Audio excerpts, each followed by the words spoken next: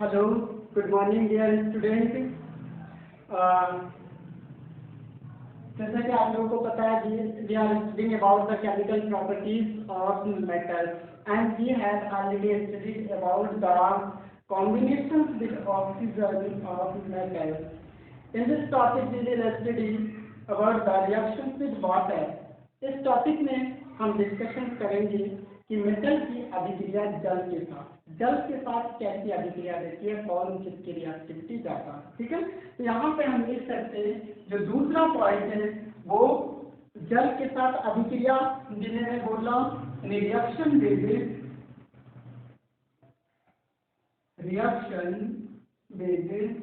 Water. Okay, water के साथ अभिक्रिया। तो जनरली जितने भी हमारे पास लगभग मेटल्स के बारे में हम डिस्कशन करेंगे, यहाँ पे सबके बारे में डिस्कशन नहीं करेंगे। जल के साथ अभिक्रिया करके हाइड्रोक्साइड का फॉर्मेशन करता है और हाइड्रोजन गैस लाइब्रेट करता है। धातुएं जल के साथ अभिक्रिया करके हाइड्रोजन को निष्कासित करता है और हाइड्रोक्साइड का फॉर्मेशन करता है, मेटेलिक हाइड्रोक्साइड का फॉर्मेशन करता है।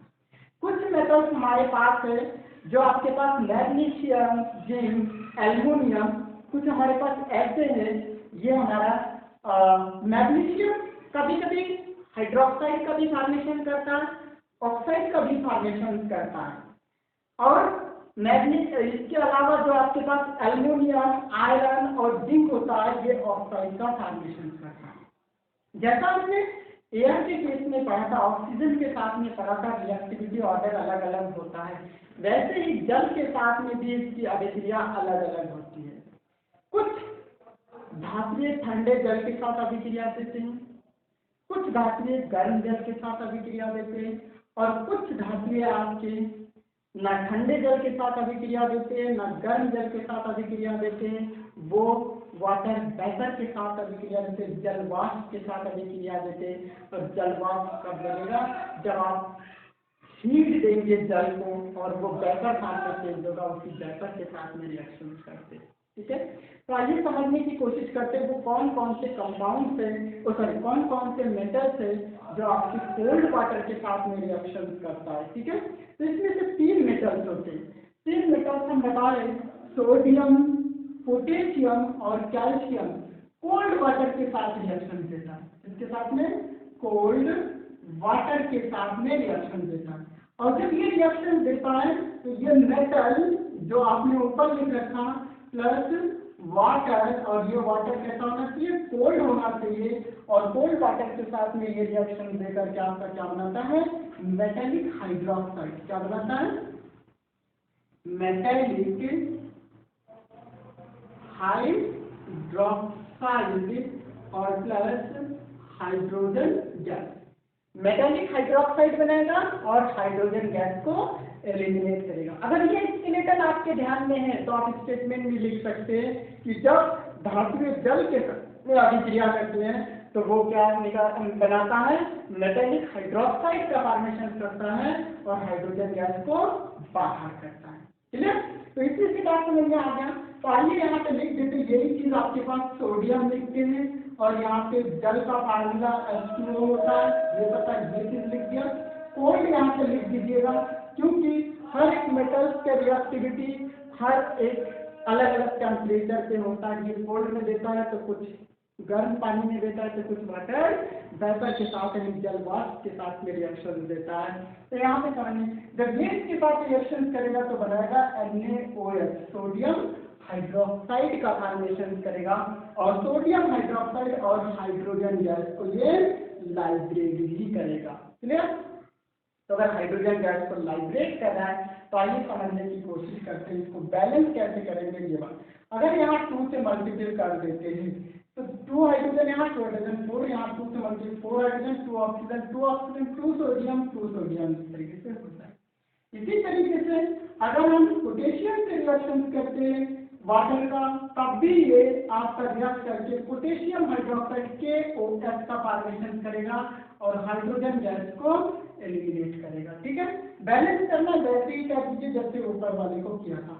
कैल्शियम के साथ में अगर रिएक्शन करते हैं वाटर का तो इस तरीके से ये भी रिएक्ट करेगा और क्या बनाएगा आपका कैल्शियम हाइड्रोक्साइड CaOH का होल टॉइल, क्या बनाएगा CaOH का होल टॉइल प्लस H2 का फॉर्मेशन करेगा। ठीक, अब H2 का फॉर्मेशन करेगा तो 2 से यहाँ मल्टीपल कर दीजिए, 2 से यहाँ मल्टीपल करेंगे तो आपके रिएक्शन 2 ऑक्सीजन 2 ऑक्सीजन 2 to 4 यहाँ 2 से मल्टीपल कर, क्लियर। इस तरीके से आपका रिएक्शन बैलेंस हो गया। तो ये सब कोल्ड वाटर के साथ, लेकिन इसमें से इन दोनों की जो रिएक्टिविटी है वो विग्रेसली है, यानी बहुत ही हाई रिएक्टिव होता है वाटर के साथ में, बहुत जल्दी बहुत शीघ्रता के साथ में ये रिएक्शन देता है और वाटर के साथ में ये रिएक्शन दे करके हाइड्रोजन गैस एलिमिनेट करता और कुछ टेम्परेचर भी, यानी ये एक्सोथर्मिक नेचर का होता है तो कुछ टेम्परेचर भी देता है और जैसे टेम्परेचर देता है तो हाइड्रोजन गैस होता है इसके साथ जल करके जैसे कि आग लगा देता है। इसीलिए कभी भी सोडियम या पोटेशियम को अगर वाटर में हम डालते हैं, जल में डालते हैं तो तुरंत ही आग जल जाती है, ठीक है। हमें बाहर से आग जलाने की जरूरत नहीं है। सोडियम और पोटेशियम एक ऐसा धातु है, इसको अगर आग में सॉरी जल में डालते हैं तो आग लग जाती है, आग इसलिए डालती है जल जाती है क्योंकि ये एक्सोथर्मिक नेचर का होता है और एक्सोथर्मिक नेचर पे कुछ हीट निकलता है, तुरंत हाइड्रोजन के साथ में जलने लगता है वो और आग जलने लगती है। इसलिए कभी भी आपके जो सोडियम और पोटेशियम होते हैं इसको हवा में खुला नहीं छोड़ते हैं क्योंकि एटमॉस्फेरिक मॉइस्चर के साथ में भी ये मिलकर के आग लगा सकता है, इसलिए इसको हमेशा केरोसिन के अंदर रखा जाता है। इस दोनों में कैल्शियम के साथ में ऐसा नहीं होता है, कैल्शियम इसका नहीं होता, इसका मतलब कैल्शियम की जो अभिक्रियाशीलता है, जो रिएक्टिविटी है वो इन दोनों से कम होती है। बात समझ, ये भी कोल्ड वाटर के साथ में रिएक्ट करता है लेकिन इसकी रिएक्टिविटी इन दोनों के कंपैरिजन में कम होती है। बात समझ में आ गया? ओके, अगर ये बात समझ में आ गया तो नेक्स्ट एक टॉपिक हम लोग, नेक्स्ट टॉपिक क्या इसी में नेक्स्ट मैग्नीशियम के बारे में थोड़ा सा स्टडी कर लेते हैं। वो भी हाइड्रोक्साइड का फॉर्मेशन करते हैं, कब करते हैं ये देखिए, कुछ बुक में लिखा हुआ है कि मैग्नीशियम ऑक्साइड का फॉर्मेशन करते हैं और कुछ बुक में लिखा है कि वो हाइड्रोक्साइड का फॉर्मेशन। जो न्यू एडिशन की बुक है वो हाइड्रोक्साइड का फॉर्मेशन दिखाता है। तो मैग्नीशियम जब वाटर के साथ में रिएक्ट करता है तो वो हाइड्रोक्साइड बनाता है, हाइड्रोजन गैस को लाइब्रेट करता है। लेकिन एक बात में यहाँ इसलिए ध्यान देना होगा कि ये कोल्ड वाटर के साथ में रिएक्ट नहीं करता है, ये हॉट वाटर के साथ में रिएक्ट करता है, गर्म पानी के साथ में मैग्नीशियम अभिक्रिया करके मैग्नीशियम हाइड्रोक्साइड बनाता है और हाइड्रोजन गैस को लाइब्रेट करता है, ठीक है। तो आइए मैग्नीशियम की केस में देखते हैं। तो मैग्नीशियम लिखेंगे प्लस H2O ही लिखेंगे, लेकिन यहाँ पे एक सिंबल बना देंगे हीट का, या तो यहाँ पे लिख देंगे हॉट वाटर, ठीक है। इस तरीके से लिख देंगे, या तो ये बना देंगे या ये बना देंगे, ठीक, दोनों लिख देंगे तब भी गलत नहीं होगा। हॉट वाटर होनी चाहिए और फिर ये क्या बना देगा, मैग्नीशियम हाइड्रोक्साइड बनाएगा MgOH का होल टॉइल, मैग्नीशियम हाइड्रोक्साइड और हाइड्रोजन गैस को ये लाइब्रेट करेगा इस तरीके से। तो ये कंडीशन याद रखने, कुछ जो है हमारे पास वो कोल्ड वाटर के साथ दे रहा था, या आपका हॉट वाटर के साथ में रिएक्शन मेरा बैलेंस करने के लिए यहाँ पे 2/4 हो गया तो इसको 2 से मल्टीपल कर लीजिए, सब कुछ आपका बैलेंस हो गया, क्लियर। इस तरीके से कुछ हमारे पास एलिमेंट्स है, जैसे मैंने बोला एल्युमिनियम, आयरन, जिंक, ये सब आपके ना ही हॉट वाटर के साथ में अभिक्रिया देता है ना ही कोल्ड वाटर के साथ में अभिक्रिया देता है। It react with water vapour, ये जलवाष्प के साथ में अभिक्रिया देता है। कौन कौन से एलिमेंट्स की बात किया मैंने यहाँ पे, इसको एडिट कर रहे हैं, आपके दिमाग में होनी चाहिए सिर्फ आपके पास एल्युमिनियम, जिंक, आयरन, इसके साथ में वाटर वेपर, इसके साथ में रिएक्शन करता है वाटर वेपर, जल वाष्प के साथ में रिएक्शन करता है, ना ही कोल्ड वाटर के साथ में ना ही हॉट वाटर के साथ में रिएक्शन करता है। इसके साथ में रिएक्शन करता है, जल वाष्प के साथ में रिएक्शन करता है, और जल वाष्प के साथ में रिएक्शन करके ये क्या बनाता है, ऑक्साइड का फॉर्मेशन करता है और हाइड्रोजन गैस को लाइब्रेट करता है। ऑक्साइड का फॉर्मेशन कैसे करता है ये बात देखिए। तो ये जितने भी मेटल थे इसके लिए हम लिख रहे हैं ये मेटल प्लस यहाँ पे वाटर H2O, ये हो जाएगा आपका वेपर। यहाँ पे क्या लिखेंगे, वाटर वेपर, जल वाष्प, और ये बना देगा आपका क्या, मेटेलिक ऑक्साइड, मेटेलिक ऑक्साइड और plus hydrogen gas.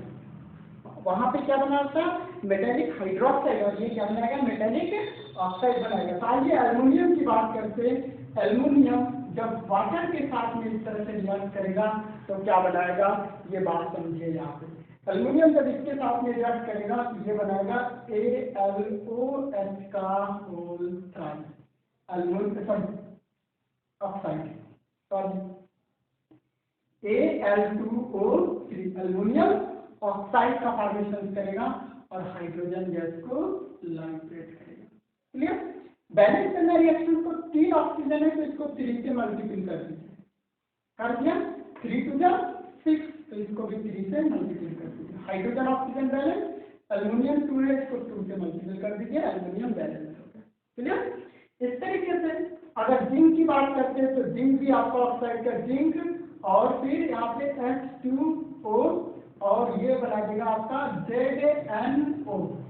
Zinc oxide का फॉर्मेशन करेगा, और जिंक ऑक्साइड का फॉर्मेशन करेगा और साथ में हाइड्रोजन गैस का भी फॉर्मेशन करेगा। ठीक है, एक ऑक्सीजन, दो हाइड्रोजन, एक, ठीक है, ये रिएक्शन आपका बैलेंस है।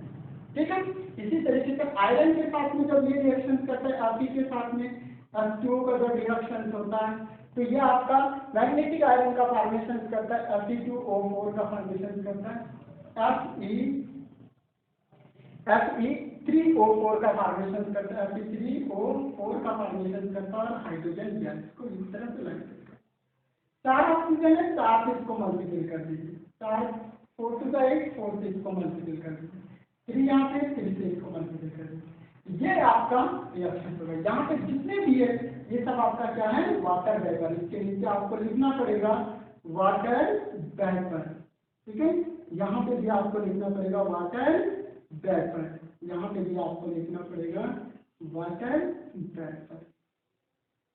ओके, इस तरीके से हमें समझ में आ रहा होगा कि कहाँ पे कैसा रिएक्शन होगा ये चीज। ठीक, कॉपर, मरकरी, टीन, ये सब आपके इसके साथ में रिएक्शन नहीं करता है इस पानी के साथ में। तो इससे साफ साफ पता चल गया कि जितने भी एलिमेंट्स हमने ऊपर लिख रखे, तो अगर उसकी रिएक्टिविटी के बारे में देखा जाए तो किसकी रिएक्टिविटी सबसे ज्यादा है, सोडियम और पोटेशियम की। जैसा आपने देखा कोल्ड वाटर से सोडियम की सबसे ज्यादा रिएक्टिविटी होगी, फिर होगी मैग्नीशियम की रिएक्टिविटी होगी, फिर आपने जो इसमें लिख रखा था जिंक की होगी, फिर एल्युमिनियम और फिर आयरन, इन सब की रिएक्टिविटी होगी। ठीक है, तो ये इसकी रिएक्टिविटी होगी। नेक्स्ट टॉपिक हम नेक्स्ट उसमें लेकर के आएंगे। Okay, thank you, all the best.